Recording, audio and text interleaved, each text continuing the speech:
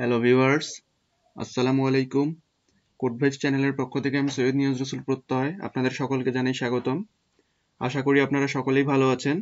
Web design and ডেভেলপমেন্টের উপর HTML এর টিউটোরিয়াল সিরিজ নিয়ে আমি আবারও আপনাদের সামনে এসে হাজির হলাম।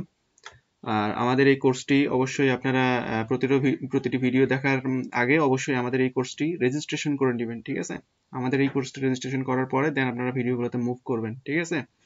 তো আজ আমরা নতুন একটি টপিক নিয়ে এসে হাজির হলাম। সেটি হলো যে আজকে আমরা আলোচনা করব যে বোল্ড ট্যাগ, আন্ডারলাইন ট্যাগ এবং ইটালিক ট্যাগ নিয়ে, ঠিক আছে?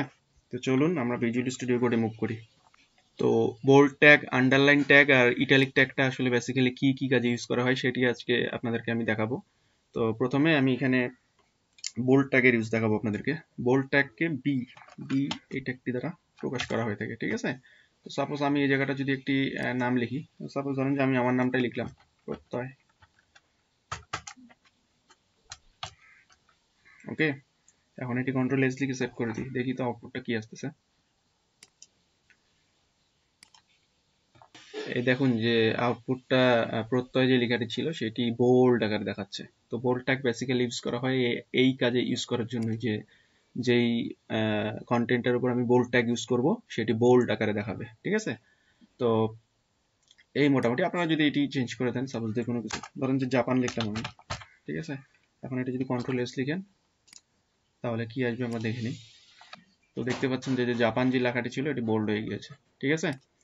তো এই বেসিক্যালি বোল্ড ট্যাগের ব্যবহার, ঠিক আছে? এবার আমরা আন্ডারলাইন ট্যাগ নিয়ে আলোচনা করব, যে কোনো কিছুর উপর আন্ডারলাইন দিতে গেলে কিভাবে আমরা ট্যাগটা ইউজ করব, ঠিক আছে?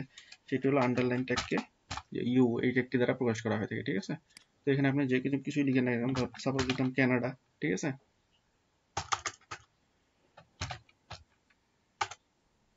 কানাডা না, আমি অন্য কিছু লিখবো, ধরেন যে চায়না লিখলাম, ঠিক আছে?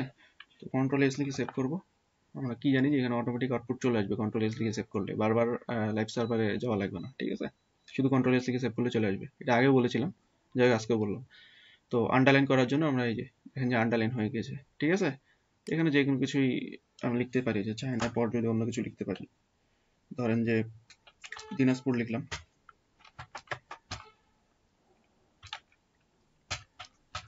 ঠিক আছে? কন্ট্রোল এস লিখলাম, দিনাজপুরের মধ্যে আন্ডারলাইন হয়ে গেছে, ঠিক আছে? এই হলো আন্ডারলাইন ট্যাগের কাজ। ইটালিক ট্যাগের কাজটা কি? আই দ্বারা প্রকাশ করা হয়ে থাকে, ঠিক আছে? আই ট্যাগ এটা দ্বারা প্রকাশ করা হয়ে থাকে ইটালিক। কোনো কিছুকে যদি ইটালিক ফর্মে লিখতে যাই, ঠিক আছে? সাপোজ ধরেন যে দিনাজপুরকে লিখলাম ইটালিক ফর্মে, দিনাজপুর, দেখেন যে দিনাজপুর লেখাটা দেখেন যে ইটালিক ফর্মে চলে এসেছে, ঠিক আছে?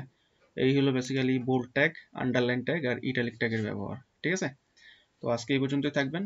আর আমাদের ভিডিওগুলো অবশ্যই সকলের সাথে শেয়ার করবেন, আমাদের সাথেই থাকবেন, আমার জন্য দোয়া করবেন সকলে। আর আমাদের চ্যানেলটি অবশ্যই সবাই সাবস্ক্রাইব করবেন, সকলের সাথে শেয়ার করবেন আমাদের চ্যানেলটি ভিডিওগুলো। তো এই আজকে এই পর্যন্তই থাকবে। সবাই ভালো থাকবেন, সুস্থ থাকবেন। আসসালামু আলাইকুম।